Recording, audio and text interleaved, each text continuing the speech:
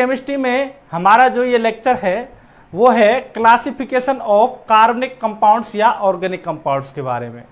तो हमारा जो आज का लेक्चर है वो है क्लासिफिकेशन ऑफ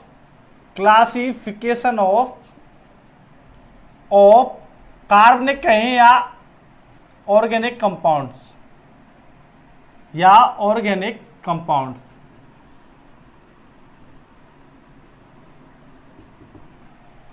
तो अगर हम कंपाउंड्स की बात करते हैं तो कार्बन किस किस प्रकार से जुड़ रहा है, किस किस प्रकार से ये सहसंयोजक बंध बना रहा है।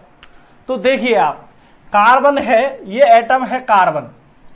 तो कार्बन कहता है कि भाई आप आकर के मुझसे जुड़िए, मुझे कोई प्रॉब्लम नहीं है। तो क्या है, अदर एटम्स आते हैं और वो इससे जुड़ते हैं। जैसे कि हेलोजन्स हैं,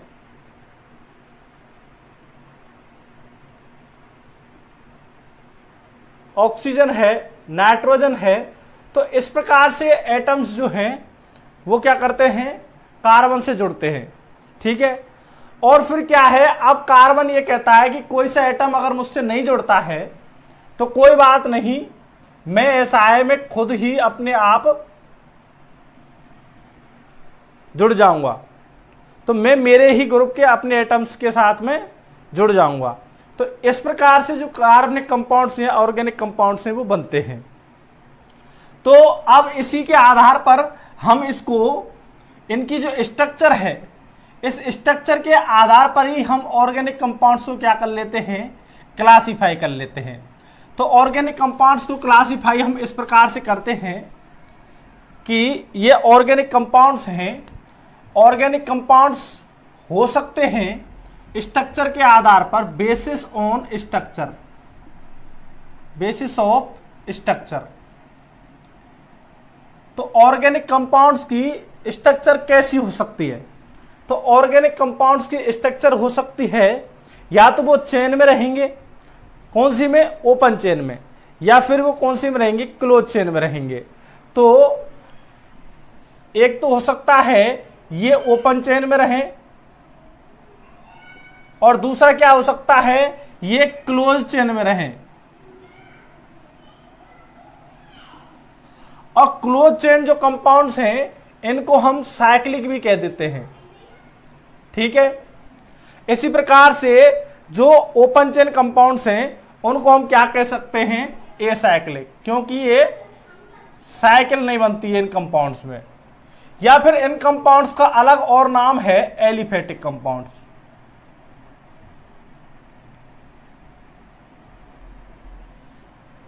ठीक है। तो ये इस प्रकार से दो कंपाउंड्स में हमने उनको डिवाइड कर दिया है।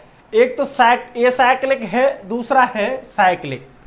या हम कहें ओपन चेन कंपाउंड्स हैं या फिर कौन से हैं, क्लोज चेन कंपाउंड्स हैं। अब हम बात करते हैं ओपन चेन कंपाउंड्स की। ठीक है। तो ओपन चेन कंपाउंड्स जो हैं ये भी हम दो प्रकार से डिवाइड कर लेते हैं।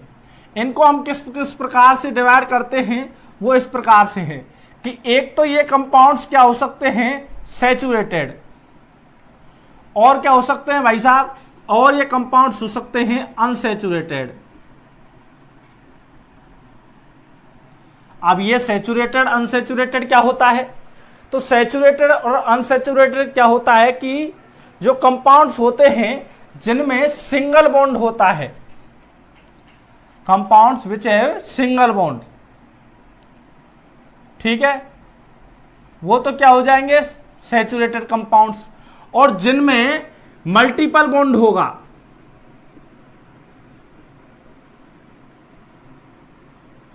तो उनको कहेंगे हम अनसैचुरेटेड कंपाउंड। ठीक है। चलिए, सिंगल बॉन्ड कंपाउंड्स हैं ये जो हैं, इनका दूसरा नाम भी है, इनको पैराफिन्स भी कहते हैं। ठीक है, सिंगल बॉन्ड पाया जा रहा है, इनको क्या कह रहे हैं, पैराफिन्स भी। आगे चलिए, अनसैचुरेटेड की बात कर लेते हैं हम। अनसैचुरेटेड जो हैं, इन कंपाउंड्स को हम बॉन्ड के आधार पर दो प्रकार से, टू टाइप से इसको डिवाइड कर लेते हैं। एक तो डबल बॉन्ड हो सकता है, या फिर क्या हो सकता है, ट्रिपल बॉन्ड हो सकता है। अब डबल बॉन्ड जो है इसे हम कह देते हैं, जो कार्बन कार्बन के बीच में बनता है उसे हम कह देते हैं, ये पैराफिन कह दिया है, इसी प्रकार से हम इसे ओलिफिनिक बॉन्ड कह देते हैं। इसी प्रकार से जो कार्बन कार्बन के बीच में ट्रिपल बॉन्ड बनता है उसे हम एसिटाइलिनिक बॉन्ड भी कह देते हैं।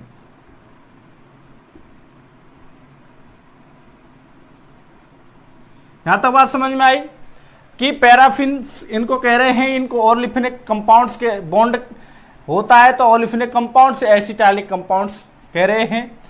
और इनका जब हम जो मॉडर्न नाम रखते हैं तो वो है एल्केन्स। इनका नाम क्या है, एल्कीन्स। और इनका नाम क्या है, एल्काइन। तो ये इस प्रकार से इनके नाम हो जाते हैं। सैचुरेटेड जो कंपाउंड्स हैं उनमें क्या है, कार्बन और कार्बन के बीच में क्या है, सिंगल बॉन्ड है। डबल बॉन्ड है वो कंपाउंड्स जो हैं उनमें क्या है, एल्कीन्स हैं, उनमें क्या है कि कार्बन और कार्बन के बीच में डबल बॉन्ड है। ठीक है, चलिए ट्रिपल बॉन्ड है यानी कि कार्बन और कार्बन के बीच में ट्रिपल बॉन्ड है। आ गई बात समझ में? तो ये है ओपन चेन कंपाउंड्स का क्लासिफिकेशन। ठीक है, अब हम बात करते हैं क्लोज चेन या साइक्लिक कंपाउंड्स के क्लासिफिकेशन के बारे में। तो क्लोज चेन कंपाउंड्स जो हैं, क्लोज चेन कंपाउंड्स को भी हम 2 टाइप्स में बांट लेते हैं। तो वो किस किस प्रकार से बांटते हैं कि या तो ये होमोसाइक्लिक हो सकते हैं या फिर ये कौन से हो सकते हैं, ये हो सकते हैं हेटेरोसाइक्लिक। ठीक है, कि इनकी जो साइकिल होगी उनमें क्या है, कार्बनिक जो एटम्स होंगे, ऑर्गेनिक जो एटम्स होंगे उनमें क्या है, होमो होंगे, यानी एक ही प्रकार के जो एटम्स हैं वो क्या बनाएंगे, क्लोज चेन बनाएंगे। ठीक है, तो इसमें आप लिख लीजिए कि सिंगल टाइप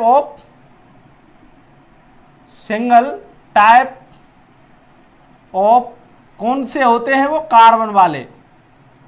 तो कार्बन जो है वो क्या करेंगे, सिंगल वाले, और कोई दूसरा एटम जो है वो नहीं होगा, और इनमें एनोदर एटम भी होगा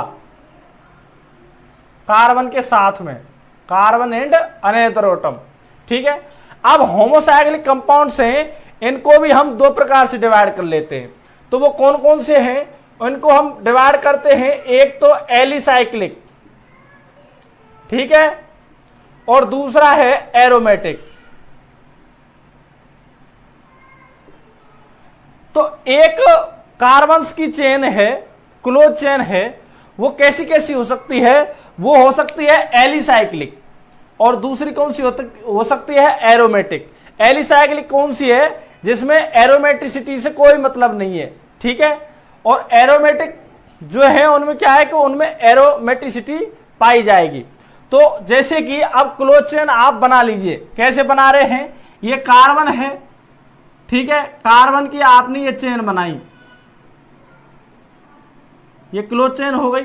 तो अब आप इसमें देखिए, इसमें आप क्या देख रहे हैं, क्या आपको कहीं कार्बन के अलावा एटम मिल रहा है, नहीं मिल रहा है। ठीक है, चलिए बात आगे अगर आप बात करते हैं होमोसाइक्लिक में एरोमेटिक की, तो ये वही आप हेक्सेन से अगले इसी प्रकार से बनाइए,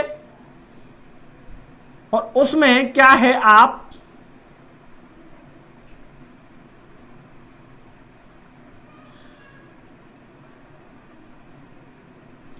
एरोमेटिसिटी दर्शा दीजिए। इसका नाम क्या है, इसका नाम है बेंजीन।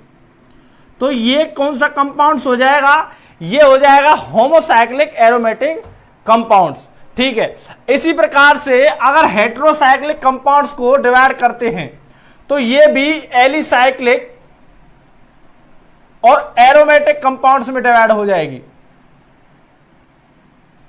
कि हेटेरोसाइकिल होगा यानी कि कार्बन एटम है, कार्बन एटम के अलावा ये कार्बन एटम्स हैं, इनके अलावा भी कोई और दूसरा एटम होगा। ठीक है, चलिए और एरोमेटिक है कि एरोमेटिसिटी पाई जाएगी, लेकिन उस एरोमेटिसिटी में कार्बन ही कार्बन जुड़े हुए क्लोज चेन में नहीं होंगे, उसमें कार्बन के अलावा भी दूसरा एटम पाया जाएगा। तो जैसे कि मैं बनाता हूं वही बेंजीन टाइप स्ट्रक्चर बनाता हूं मैं, और यहां मैं क्या क्या रख देता हूं, नाइट्रोजन को रख देता हूं, और इसमें क्या करता हूं मैं, अब इसमें मैं एरोमेटिसिटी को दिखा देता हूं।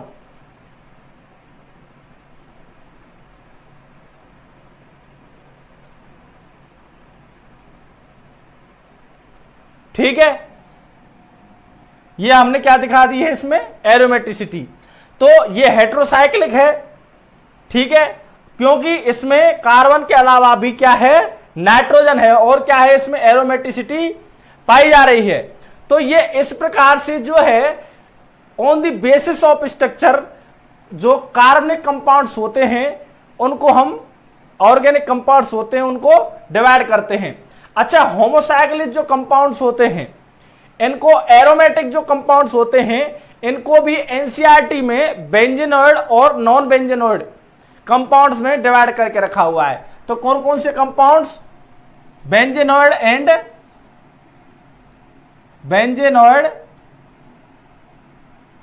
Non benzenoid.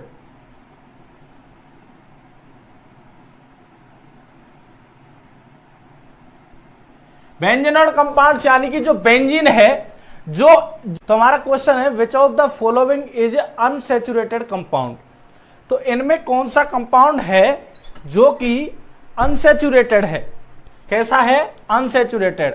अनसैचुरेटेड की जब हमने बात की तो हमने ये बात की कि भाई साहब कार्बन और कार्बन के बीच में मल्टीपल बॉन्ड होना चाहिए, या तो डबल बॉन्ड होना चाहिए या फिर कार्बन कार्बन के बीच में ट्रिपल बॉन्ड होना चाहिए। तो ये कंडीशन हमने किसकी रखी थी, ये कंडीशन हमने रखी थी किसके बारे में, अनसैचुरेटेड कंपाउंड्स के बारे में। तो अब हमको देखना है अनसैचुरेटेड कंपाउंड्स, तो उसके लिए हमको क्या है, ये कंडीशन देखनी पड़ेगी। तो पहला है C3H8, तो इसमें हम देखते हैं कि कार्बन है,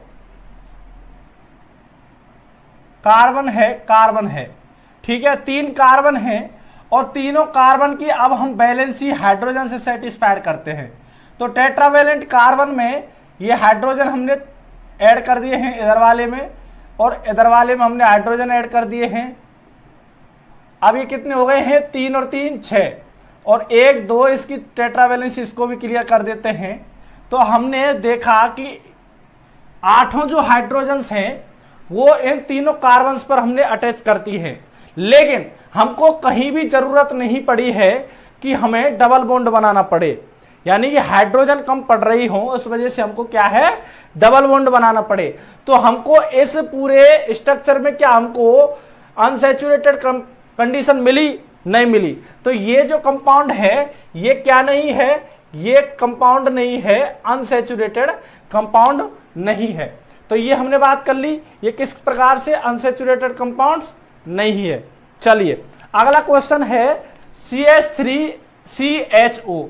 CH3CHO को हम किस प्रकार से लिखते हैं, देखिए आप, CH3CHO, तो CH3CH, तो इस प्रकार से लिखते हैं हम। तो CH3CHO ये क्या है, एल्डिहाइड है, ठीक है। तो एल्डिहाइड है, इसमें आप देखिए इसमें क्या अनसैचुरेटेड वाली कंडीशन कहीं आ रही है, कार्बन और कार्बन के बीच में क्या डबल बॉन्ड या ट्रिपल बॉन्ड आ रहा है, नहीं आ रहा है। तो ये कंपाउंड्स भी अनसैचुरेटेड कंपाउंड नहीं है। तो कैसा कंपाउंड है, ये कंपाउंड है सैचुरेटेड कंपाउंड्स, ठीक है, अगर कंपाउंड्स की बात करते। चलिए अगला क्वेश्चन है CH3CHO। हम इसकी जो स्ट्रक्चर है उसको हम बनाते हैं। तो तीसरा है CH3COOH, तो ये एसिड है, और इसमें भी हमको कहीं भी हमको नजर नहीं आ रहा है, क्या नहीं नजर आ रहा है, हमको नजर नहीं आ रहा है डबल बॉन्ड या ट्रिपल बॉन्ड। तो ये जो कंपाउंड है ये भी क्या नहीं है, ये भी अनसैचुरेटेड कंपाउंड। तो 4 हाइड्रोजन हम सेट करते हैं, तो 4 हाइड्रोजन, 3 तो इसके लिए चाहिए, 3 इसके लिए चाहिए और 2 हाइड्रोजन इसके लिए चाहिए। तो आप इसको किस प्रकार से लिखेंगे कि इसमें 4 हाइड्रोजन ही रहे। तो हम सोच रहे हैं कि बीच वाला जो कार्बन है इसकी वैलेंसी को हम सेटिस्फाइड कर लेते हैं। तो कैसे करेंगे हम कि इसके बीच में डबल बॉन्ड लगा देंगे। तो अब इसके लिए 1 2 3 यानी कि 3 तो वैलेंसी इसकी क्लियर हो चुकी है, लेकिन एक वैलेंसी फिर भी रह रही है। हमने कहा कि नहीं यार एक काम और करते हैं, एक डबल बॉन्ड यहां लगा देते हैं। तो इसकी वैलेंसी सेटिस्फाइड हो गई 4। चलिए अब इस कार्बन की वैलेंसी कितनी है, 2 तो सेटिस्फाइड हो गई है, लेकिन 2 और करनी है। अब इधर हम आगे डबल बॉन्ड लगाएं कहां, तो हमारे पास हाइड्रोजन कितने हैं, 4। तो पहले हमने क्या किया है कि हाइड्रोजन को लगा दिया है कि 2 इसको चाहिए और 2 इसको चाहिए और 4 हमारे पास क्या है, हाइड्रोजन है। तो इस प्रकार से वैलेंसी सेटिस्फाइड हो गई है तीनों कार्बन्स की। तो अब ये कार्बन्स की तीनों की सेटिस्फाइड हुई। अब हमको क्वेश्चन देखना है कि अनसैचुरेटेड कंपाउंड्स। तो अनसैचुरेटेड कंपाउंड्स के लिए कार्बन और कार्बन के बीच में क्या होना चाहिए, मल्टीपल बॉन्ड। क्या है यहां, तो बिल्कुल है। तो ये जो कंपाउंड है ये कंपाउंड अनसैचुरेटेड कंपाउंड है। अब अगला क्वेश्चन है उसकी बात कर लेते हैं। तो अगला क्वेश्चन है CH3 CH2 CH2OH। तो इसको आप डायरेक्ट देखिए कि इस पूरे कंपाउंड्स में आपको कहीं भी कार्बन कार्बन के बीच में डबल बॉन्ड या ट्रिपल बॉन्ड मिल रहा है, नहीं मिल रहा है। तो ये भी क्या नहीं है, अनसैचुरेटेड कंपाउंड्स नहीं है। ठीक है, अगला छठवां जो है CH3 CH और फिर CH3 और इन दोनों CH के बगल में, इन दोनों के बगल में आपको क्या मिला है, डबल बॉन्ड। तो ये दोनों कार्बन के बीच में क्या मिला है, डबल बॉन्ड। तो इसलिए ये जो कंपाउंड होगा वो कौन सा होगा, अनसैचुरेटेड कंपाउंड्स होगा। ठीक है, चलिए सातवां जो है CH3CONH2। तो इसमें कार्बन के बीच में आपको कहीं दिख रहा है क्या, डबल बॉन्ड, नहीं दिख रहा है। तो ये भी अनसैचुरेटेड कंपाउंड नहीं है। अगला क्वेश्चन CH3COCOCH3। तो आपको कहीं भी कार्बन के बीच में डबल बॉन्ड या ट्रिपल बॉन्ड दिख रहा है, नहीं दिख रहा है। तो ये भी अनसैचुरेटेड कंपाउंड नहीं है। अगला क्वेश्चन CH3CCH और उनके बीच में क्या है, ट्रिपल बॉन्ड। ठीक है, तो अब ये कंपाउंड्स क्या है, ट्रिपल बॉन्डेड है। तो मल्टीपल बॉन्ड डबल हो या ट्रिपल हो तो वो क्या रहेगा, अनसैचुरेटेड कंपाउंड। और ये दोनों कार्बन के बीच में क्या है, इसमें बॉन्ड है। तो ये अनसैचुरेटेड कंपाउंड्स है। चलिए अगला क्वेश्चन CH3 CH2 CH3 नीचे जाएंगे COOCH3। इस पूरे कंपाउंड में आपको कहीं पर मिला क्या, कार्बन के बीच में डबल या ट्रिपल बॉन्ड नहीं मिला है। तो ये कंपाउंड भी अनसैचुरेटेड कंपाउंड नहीं है। चलिए CH3 CH2 CH, फिर नीचे जाएंगे C, ये डबल बॉन्ड के द्वारा जुड़ा हुआ है। तो ये कंपाउंड्स कौन सा है, अनसैचुरेटेड कंपाउंड्स है। CH3 CH और CH के बीच में डबल बॉन्ड है, CH2NH CH3, यानी 2 कार्बन के बीच में क्या पाया जा रहा है, 2 कार्बन के बीच में पाया जा रहा है डबल बॉन्ड। तो ये अनसैचुरेटेड कंपाउंड है। CH3 CH2 CH2NH2 कहीं भी हमको डबल बॉन्ड मिला, नहीं मिला, या ट्रिपल बॉन्ड मिला, नहीं मिला। तो ये अनसैचुरेटेड कंपाउंड्स नहीं है। अगला क्वेश्चन है लाइन नोटेशन का। तो आप इसमें देखिए कार्बन और कार्बन, इन दोनों के बीच में, इन 2 कार्बन के बीच में आपको क्या दिख रहा है, डबल बॉन्ड। तो ये कंपाउंड क्या हो जाएगा, अनसैचुरेटेड कंपाउंड।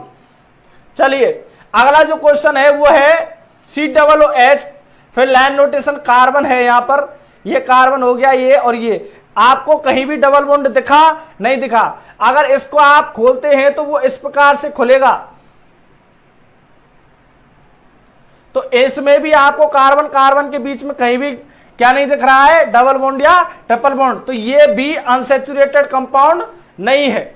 तो इन सारे कंपाउंड्स में हमको अनसैचुरेटेड कौन कौन से कंपाउंड्स मिल गए हैं, एक तो 4 नंबर का मिला है, एक 6 नंबर का, एक 9 नंबर का और एक 11th और 12th और 14th, तो ये हमको क्या मिले हैं, अनसैचुरेटेड कंपाउंड्स। ठीक है, तो ये क्वेश्चन हमने किया। अगला क्वेश्चन देखते हैं हम। तो स्टूडेंट्स अब अगला क्वेश्चन है find number of hetero atoms in following. तो अब हमको क्या है, हेटेरो एटम फाइंड करना है। हेटेरो एटम मतलब कार्बन के अलावा जो एटम जो ऑर्गेनिक मॉलिक्यूल को बना रहा है। तो कार्बन के अलावा कितने जो है नंबर ऑफ हेटेरो एटम्स हैं उनके बारे में हमको बताना है। तो पहला क्वेश्चन है, इसमें आप ये बताइए कार्बन के अलावा आपको कौन सा एटम मिल रहा है। तो हमको एटम मिल रहा है एलिमेंट ऑक्सीजन का, और वो कितने मिल रहे हैं, 2। तो इसमें हेटेरो एटम्स हो जाएंगे 2। अभी इसी प्रकार से इसकी बात करते हैं, तो इसमें आपको कार्बन के अलावा जो इस रिंग है, इस रिंग में एटम मिल रहे हैं, वो है कौन सा है, नाइट्रोजन, और वो कितने मिल रहे हैं, 1। ये कौन सा कंपाउंड है, ये है हेटेरो एरोमेटिक। ठीक है, अगला कंपाउंड है, इसमें आपको सल्फर मिल रहा है, और पूरी की पूरी किसमें, क्लोज कंपाउंड या साइक्लिक एरोमेटिक रिंग। ठीक है, तो अब इसमें कितने जो हेटेरो एटम्स हैं, 1। चलिए, ये कंपाउंड है, इसमें आपको एक साइकिल के भीतर देखिए, आप इस साइकिल के भीतर आपको कोई कंपाउंड मिल रहा है क्या, तो इसमें आपको साइकिल के भीतर कोई भी कंपाउंड नहीं मिल रहा है। तो इसमें नंबर ऑफ हेटेरो एटम्स कितने हो जाते हैं, 0। ठीक है, अब इस साइकिल को देखिए आप, इस साइकिल में आपको कितने हेटेरो एटम्स मिल रहे हैं। तो इसमें आपको एक नाइट्रोजन ये रहा और एक नाइट्रोजन ये रहा, तो कितने हो जाते हैं, 2 हेटेरो एटम्स। किसमें देखते हैं हम, साइक्लिक कंपाउंड्स में। ठीक है, तो हमको साइकिल में देखना है, साइकिल में कितने कार्बन के अलावा एटम हैं उनके बारे में बात करनी है। ये है इसी प्रकार से, तो ये साइकिल है, इस साइकिल में आपको एक नाइट्रोजन मिलेगा, एक ऑक्सीजन मिलेगा, तो हेटेरो एटम्स कितने हो गए हैं, 2। अब इसी प्रकार से ये क्वेश्चन है, तो ये इसमें साइकिल है, इस साइकिल के अंदर आपको कितने एटम्स मिल रहे हैं, हेटेरो एटम, एक में नहीं, तो इस प्रकार से 0 हेटेरो एटम्स। ठीक है, तो इस प्रकार से हम क्या है क्वेश्चंस को करते हैं। तो ये अगर आपको ऐसे क्वेश्चंस आ जाए तो आप इस प्रकार से करेंगे। तो ये हमारा जो लेक्चर है क्लासिफिकेशन ऑफ ऑर्गेनिक कंपाउंड्स का, वो यहां पर पूरा होता है। किसके आधार पर, बेस ऑफ स्ट्रक्चर के आधार पर। अगर आप देखते हैं फंक्शनल ग्रुप के आधार पर, और तो वो क्या है, जो फंक्शनल ग्रुप आता जाएगा उसी के अनुसार से ऑर्गेनिक कंपाउंड्स आता जाएगा। तो इस प्रकार से हमने ये classification of organic compounds on the basis of structure की बात की। अगर आपको समझ में आया हो तो वीडियो को लाइक करें, कमेंट करें, शेयर करें और चैनल को आप सब्सक्राइब करें। धन्यवाद।